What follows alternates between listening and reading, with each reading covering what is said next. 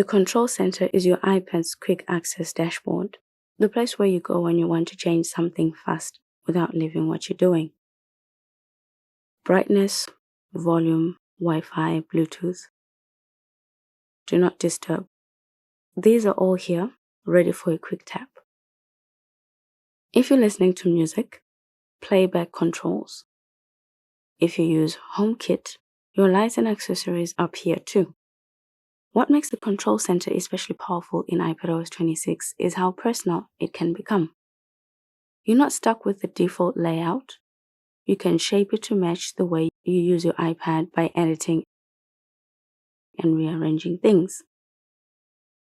Drag controls in the order that feels natural to you, or resize the ones you use most so they're easier to hit. If you want to add something new, you can open the gallery to explore what's possible. All the quick actions you can add to your control center.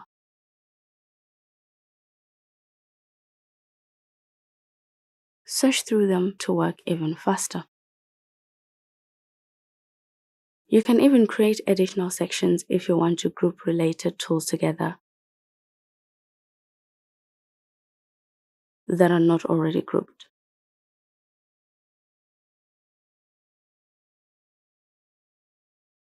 And emptying an existing group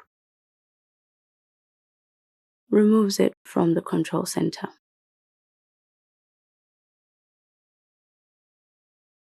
It helps to keep things tidy.